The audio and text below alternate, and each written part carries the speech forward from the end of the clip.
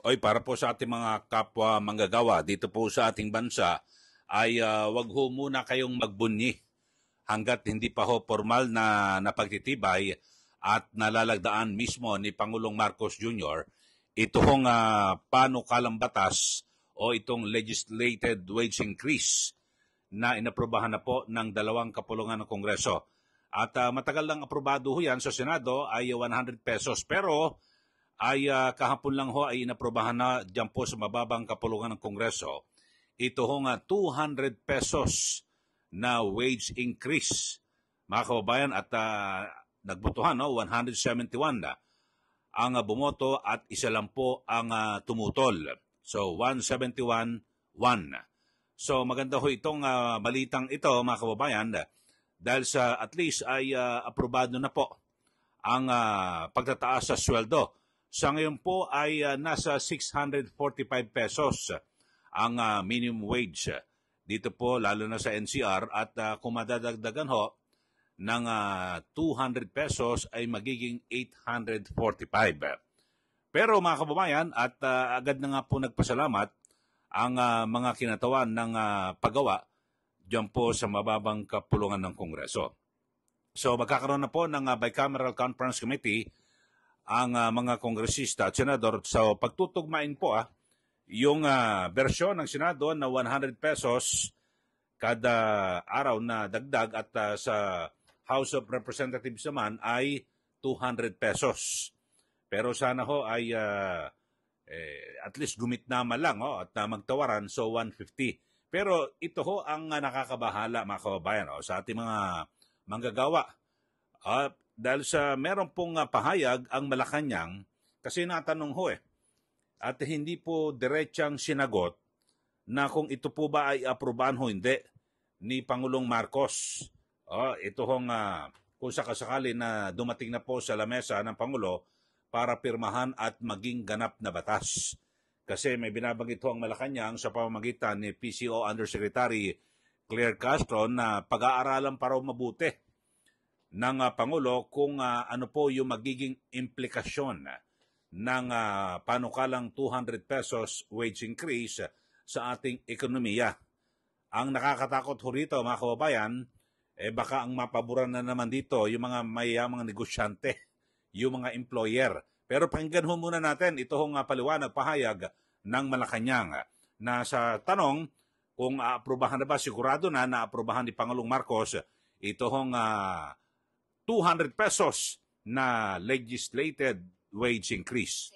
Pinagtibay na ng House of Representatives ang sa third and final reading ang legislated wage hike na 200 pesos. Pero prior to that, Yusek, nagkaroon po ng meeting si Pangulong Marcos with the labor groups. Ibig sabihin po ba nito may basbas kay Pangulong Marcos yung 200 pesos legislated wage hike?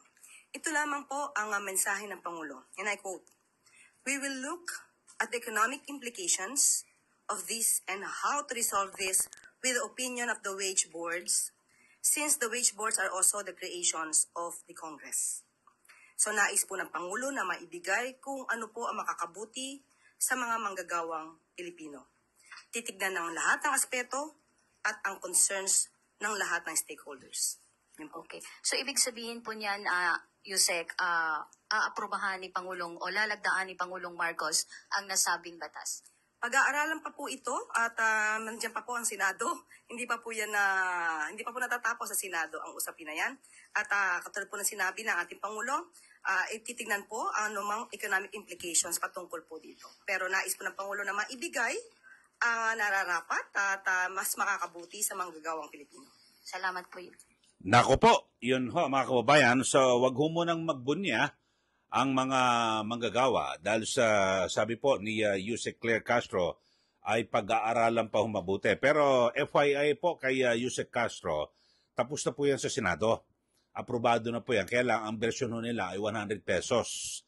At ang mangyayari ho rito dahil sa inaproba na po ng mababang kapulungan ng Kongreso, ito hong legislated wage increase, 200 pesos ang bersyon sa House of Representatives ay pagtutugmain yung kanilang bersyon sa pag-uusapan sa BICAM. At umaasa ho sana tayo na wag naman pong madihado rito yung mga manggagawa. Kasi ho mga kababayan, siguro kung pinakamainam ho rito ay kung 200 sa House at sa 100 sa Senado, parang pinaka win-win solution gawing 150. Siguro mas okay na po ito. Yung ating mga suki, yung ating mga viewers dito po sa ating YouTube channel, payag na ho ba kaya sa 150? Sana ho ganon.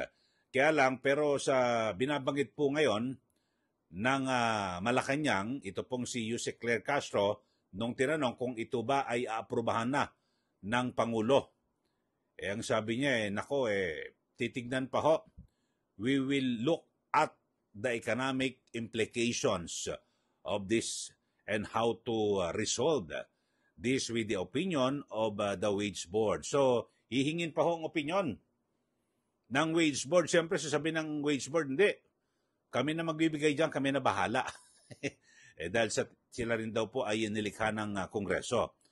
Nako, Diyos ko po, patay tayo rito. So, sana po mga kababayan, kasi sa mga nakaraan, alam niyo naman ho talagang pag ang humirit yung mga negosyante, ay talaga namang parang agad na napagbibigyan ng Pangulo.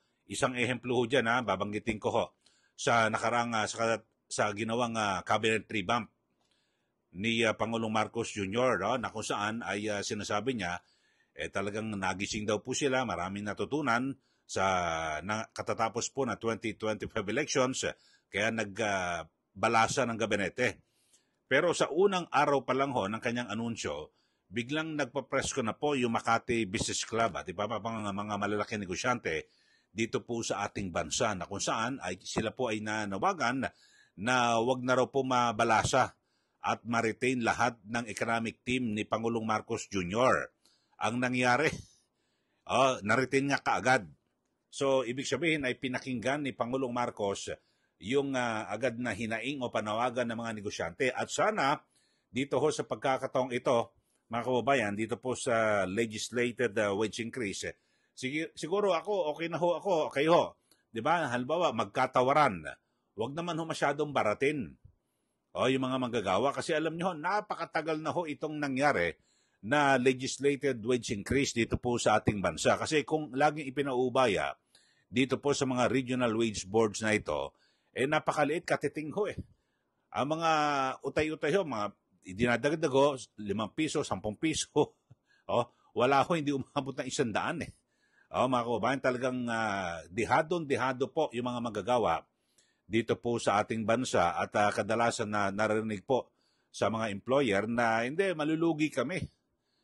Kasi kung paano ho malulugi, hindi po sila malulugi. Alam nyo ho, siguro tingnan nyo ho sa Securities and Exchange Commission, yung mga malalaking kumpanya, hindi naman po sila malulugi. Kung sakasakaling pagbibigyan ho itong 200 pesos na wage hike, hindi po sila malulugi. Mababawasan lang ng kaunti yung kanilang limpak-limpak na kita. So, hindi lugi. Halimbawa, kung ang kanilang kita sa loob ng isang taon ay 100 million pesos, halimbawa lang po yan, kung magkakaroon po ng wage increase, magiging 99 million na lang yung kanilang kita. Ano ba naman yung 1 milyon na nabawas sa inyong kita sa kumpanya? Diba? At marami naman kayong mapapaligaya na mga manggagawa. So, yun po. So dito ho, mga kababayan, ay wag ho tayo masyadong umasa. Ako, ninervyuso ako rito na baka mauwi ito sa wala alam nyo naman ho, may kapangyarihan ng Pangulo na kapag inayawan ho ito ng mga negosyante, baka ibito niya ho itong batas na ito, di ba? Yung panukalang batas. At wala na, purnada na. Kasi kapag hindi pa ho ito napirmahan ng Pangulo, ngayong papatapos kasi pag napending ho ito sa 19th Congress at hindi po ito umakyat sa Malacanang, wala na po ito. Back to zero sa 20th Congress, magpa-file na naman ng panibagong panukalang batas. Mga kababayan. So sana po ay okay, talagang siyempre bilang isang Pangulo ay titimbangin din naman yung magiging implikasyon nito sa ekonomiya at kung ano yung mga hinaing ng mga employers, pero wag naman hong mapaboran ng gusto yung mga employers. Sana po ay talagang kung titimbangin ho ng Pangulo, yung parang sa yung sa ustisya ay nakapiring ho yung mata na hindi kikilingan. Walang kikilingan ho. At talagang, kung 200, ano implikasyon sa ekonomiya? Ito. Alam niyo ho mga kababayan, kung tutuusin ho, kapag naging 200 pesos, malaki ho itong tulong sa ating mga kababayan na mga manggagawa. At higit sa lahat, baka makatulong pa sa ekonomiya. Bakit ho? Siyempre, gagastusin din ho yan ng ating mga kababayan. Baka yung inflation lalo pang bumagal. Di po ba? Dahil sa yung ating mga kababayan ay mas maraming maipambibili na pagkain. Yun lang ho. Pero kung mananaig po yung kagustuhan ng mga mayayamang negosyante na baka mabawasan po yung kanilang kita, patay tayo dyan. Sana ho, umaasa ho tayo tayo ho. Mga kababayan, ano ho ang masasabi nyo rito? Mag-komentaryo lang kayo, mag-comment ho kayo dito po sa ating YouTube channel na pinag-uusapan. Kayo ba ay naniniwala o hindi? Makakasabay ito o hindi? Papaboran ba ng Pangulo ang mga manggagawa o yung mga negosyante? Yun po yung mga tanong Pero alamin po natin, ang sabi ho ng Malacanang, titingnan pa ho. Pag-aaralan pa ho, mga kababayan. So, hindi pa ho sigurado. Kaya wag mo nang umasa, baka iba naman, nagkikwenta na ako pag 845 pesos na yung aking arawang sweldo, magkano yan sa isang buwan, so lalaki na. At maaari tayong lumipat na sa mas magandang bahay. Halimbawa, kung ngayon isang kwarto, kuha na tayo ng 2 kwarto, 2-bedroom na uupahan para yung anak natin meron ng sariling kwarto, baka nag-iisip na ako yun ng ganyan. Yung iba naman, bibili na ako ng motor para hindi na ako nahirapan sa pagsakay-sakay. So may mga ganun ho. Wag ho muna. Hanggat hindi pa ho ito nakakapasa. Kasi magkakaroon pa ho ng Bicameral Conference Committee, yung 100 pesos sa Senado na bersyon at 200 pesos sa House of Representatives. Sana gumitna po sila. Okay na po yung 150. Di po ba? At siguro malaking tulong na rin po ito sa ating mga kababayan, lalo na ho yung mga magagawa na talagang, di ba, ito ho lang ang inaasahan nakita, no? At para kahit papano ay makaalpa sa hirap po ng buhay. Dahil sa napakamahal po ng bilihin dito po sa atin, di po ba? At talagang isa po ito sa idinadaing ng lahat. Bukod do sa mahal na bilihin, mataas na singil sa kuryente, singil sa tubig. Di po ba? Ang dami pong bayarin. Tapos kung wala ka naman sariling bahay, renta sa bahay. Diyos ko pong buhay ito mga kababayan. At yung anak mo, halimbawa, ay nag-aaral sa pampublikong paaralan, wala pong matrikula. Pero ang araw-araw na gastusin, so talagang napakahirap. Tapos yung tatay o pati nanay nagtatrabaho, di ba, yung kanilang gastusin sa araw-araw, yung pamasahe, lahat, grabe ho mga kababayan. Kaya yung kasalukuyang 645 pesos na arawang sahod, wala po wala.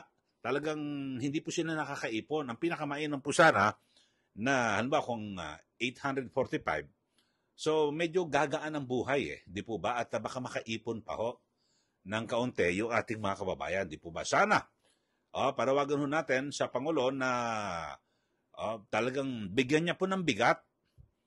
Bigyan niya na po ng bigat ng kaunti yung kapakanan ng mga magagawa. Huwag naman lagi ho sa mga negosyante.